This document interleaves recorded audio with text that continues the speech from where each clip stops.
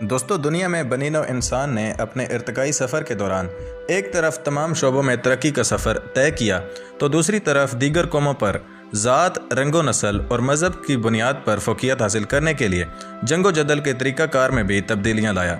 تاریخ دان اور جنگی ماہرین ان سب طریقوں کو 5 جنریشنز یا نسلوں میں تقسیم کر کے اپنے اپنے انداز میں ان کی وضاحت کرتے ہیں۔ پہلی جنریشن کی جنگی حکمت عملی میں جیت کا معیار جسمانی طور پر مضبوط اور بہترین جنگی مہارت کی حامل افرادی قوت پر مشتمل ایک بڑی فوج کو سمجھا جاتا ہے۔ دوسری نسل کی جنگی حکمت عملی میں توپ خانے کا استعمال شروع ہوا، جبکہ تیسری نسل کی جنگی حکمت عملی میں ایک منظم طریقے سے جدید مشینی ہتھیاروں کے ذریعے زمینی، سمندری اور فضائی حملے کر کے دشمن ملک کو تباہ کیا جاتا تھا۔ چوتھی نسل کی جنگی حکمت عملی میں کسی ملک پر براہ راست حملہ کرنے سے پہلے اس ملک کے بنیادی ڈھانچے کو غیر ریاستی قوتوں کی مدد سے اندرونی طور پر تباہ کرنے کی حکمت عملی پر عمل درآمد شروع ہوا، جس کی ایک مثال عرب ریاستوں کی تباہ حالی ہے۔ مختلف مرحلوں سے گزر کر اس وقت ہم انسانی تاریخ کے سب سے خطرناک جنگی مرحلے میں داخل ہو چکے ہیں، جسے ماہرین 5th جنریشن وارفیئر یا 5ویں نسل کی جنگی حکمت عملی قرار دے رہے ہیں۔ یہ جنگی حکمت عملی بنیادی طور پر ایک مجموعی منصوبہ بندی ہے جسے چانکیا، میکاولی، قدیم چینی فلسفیوں کے متعین شدہ قدیم جنگی اصولوں اور جدید جنگی حکمت عملیوں کا مرکب سمجھا جاتا ہے۔ اس فلسفے کے تحت اپنی ریاست کو سیاسی، معاشرتی، معاشی، ٹیکنالوجی، خلائی اور انٹرنیٹ سمیت دیگر اہم محاذوں پر مضبوط اور دشمن ریاست کو غیر فعال کرنے کی کوشش کی جاتی ہے۔ اس موضوع پر ویسے تو ایک کتاب لکھی جا سکتی ہے، لیکن آئیے میں آپ کو سادہ الفاظ میں سمجھاتا ہوں کہ اس حوالے سے کسی بھی ریاست کو کن چیلنجز کا سامنا ہو سکتا ہے۔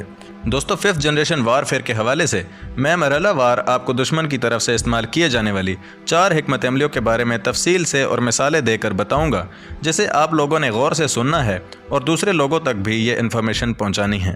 اس جنگی حکمت عملی کے پہلے مرحلے میں منظم پروپیگنڈا کو بطور ہتھیار استعمال کیا جاتا ہے اور اس کا شکار مقامی آبادی کے دماغ ہوتے ہیں، جن میں بے یقینی، خوف، لالچ، ہوس اور نفرت جیسے منفی جذبات پیدا کیے جاتے ہیں، جن کے ذریعے غیر ملکی ایجنسیاں مقامی معاشی اور سماجی تقسیم یا مسائل کو استعمال کرتے ہوئے بڑی آسانی کے ساتھ عام لوگوں کے درمیان انتشار پیدا کرتی ہیں۔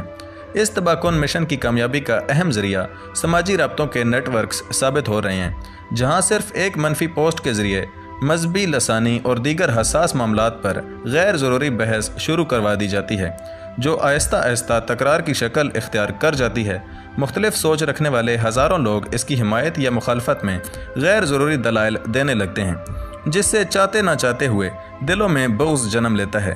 اس طرح دشمن کی طرف سے محض ایک چھوٹے سے جملے سے بظاہر تھوڑے سے وقت کے لیے شروع ہونے والی تکرار لوگوں کے درمیان مستقل طور پر ایک دوسرے کے لیے نفرت پیدا کر دیتی ہے، جو معاشرتی تقسیم کا باعث بن جاتی ہے۔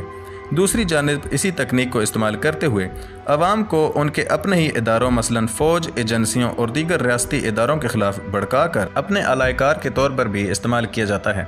دوسرا اہم محاذ کسی بھی ملک میں سیاسی و معاشرتی انتشار پیدا کر کے کھولا جاتا ہے۔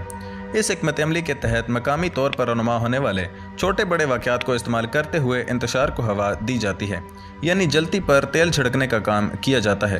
مثلاً مذہبی احتجاج، حکومت مخالف اپوزیشن تحریک، مہنگائی کے خلاف عوامی مظاہرے اور دیگر واقعات میں بالواسطہ یا خفیہ مداخلت کے ذریعے ریاست اور اس کے اداروں کو غیر فعال کرنے کی کوشش کی جاتی ہے۔ یہ حکمت عملی اس لیے بھی زیادہ خطرناک ہوتی ہے کیونکہ عام لوگوں کی اکثریت صرف اس لیے استعمال ہو جاتی ہے کیونکہ انہیں لگتا ہے کہ وہ اپنے حقوق کے لیے لڑ رہے ہیں۔ اس 2 دھاری تلوار کے ذریعے یا تو احتجاج کی کامیابی کی صورت میں ریاست کو کمزور کر دیا جاتا ہے، یا پھر ناکامی کی وجہ سے لوگوں میں مزید مایوسی پھیلتی ہے۔ دونوں ہی صورتوں میں معاشرے میں انتشار اور ہیجان پیدا ہوتا ہے۔ تیسری حکمت عملی کے تحت ریاست کی معیشت کو نشانہ بنایا جاتا ہے۔ حکومت یا انتظامیہ میں موجود ذاتی مفادات کے پجاری لوگوں کی ہوس یا نااہلی کو استعمال کر کے کرپشن، ملکی مفاد کے منصوبوں میں تاخیر، غیر منافع بخش منصوبوں میں غیر ضروری سرمایہ کاری، کثیر ملکی اور بین الاقوامی قرضوں، تجارتی اور بجٹ کے خسارے میں اضافے کے ذریعے معیشت کو کھوکھلا کرنے کی کوشش کی جاتی ہے۔ اس طریقے سے ایک کمزور معیشت والا ملک عالمی معاشی اداروں اور بڑی طاقتوں پر انحصار کرنا شروع کر دیتا ہے اور اس کی خارجہ پالیسی بھی بڑی طاقتوں کی مرہون منت ہو جاتی ہے۔ چوتھی حکمت عملی دفاعی نوعیت کی ہے، جس میں ریاستیں اپنے دفاع کو ناقابل تسخیر بنانے کی جدوجہد کرتی ہیں۔ فضائی، بحری اور بری مازوں پر استعمال کیے جانے والے ہتھیاروں کو تکنیکی بنیادوں پر دوسرے ممالک کے ہتھیاروں سے بہتر بنایا جاتا ہے۔ جس کی مثال ڈرون ٹیکنالوجی، 5ویں نسل کے جنگی جہاز، ٹینکس، جوہری بحری آبدوزوں کی جدید شکل اور ایسے ہی بے شمار ہتھیار ہیں۔ یہاں تک کہ اب خلا کو بھی بطور محاذ استعمال کیا جانے لگا ہے۔ تکنیکی برتری کی تگ و دو یہاں ہی ختم نہیں ہوتی، بلکہ انٹرنیٹ کو بھی جاسوسی کے ہتھیار کے طور پر استعمال کیا جاتا ہے۔ دشمن ملک کے حساس اداروں کے کمپیوٹرز اور ڈیٹا تک رسائی حاصل کر کے قومی راز چرانے کی کوشش کی جاتی ہے، جس کے ذریعے دشمن ملک کو حسب ضرورت اور حسب منشا نقصان پہنچایا جاتا ہے۔ دوستو، ان چاروں حکمت عملیوں کو سننے کے بعد یقیناً آپ کو اس بات کا اندازہ ہو گیا ہوگا کہ پاکستان میں دشمن ان چاروں حکمت عملیوں پر کس شد و مد سے کام کر رہا ہے۔ پاکستان کے تناظر میں نہ صرف قومی دفاعی اداروں کو ان خطرات سے لڑنے کی حکمت عملی ترتیب دینی چاہیے، بلکہ بطور نوجوان شہری ہم پر لازم ہے کہ ہم ان سب سازشوں سے باخبر رہیں، تاکہ ہم دشمن کا alائے کار بننے سے بچتے ہوئے بھرپور انداز میں ریاست پاکستان کا دفاع کر سکیں اور اس کی نظریاتی اور جغرافیائی سرحدوں کو مضبوط کرنے میں اپنا کردار ادا کریں۔ آپ اس ویڈیو کو شیئر کر کے دشمن کی ان چالوں سے سب کو آگاہ کریں۔ ویڈیو پسند آئی ہو تو اس کو لائک کریں، چینل کو سبسکرائب کریں اور بیل آئیکن کو پریس کریں۔ دیکھنے کا بہت بہت شکریہ۔ اللہ حافظ۔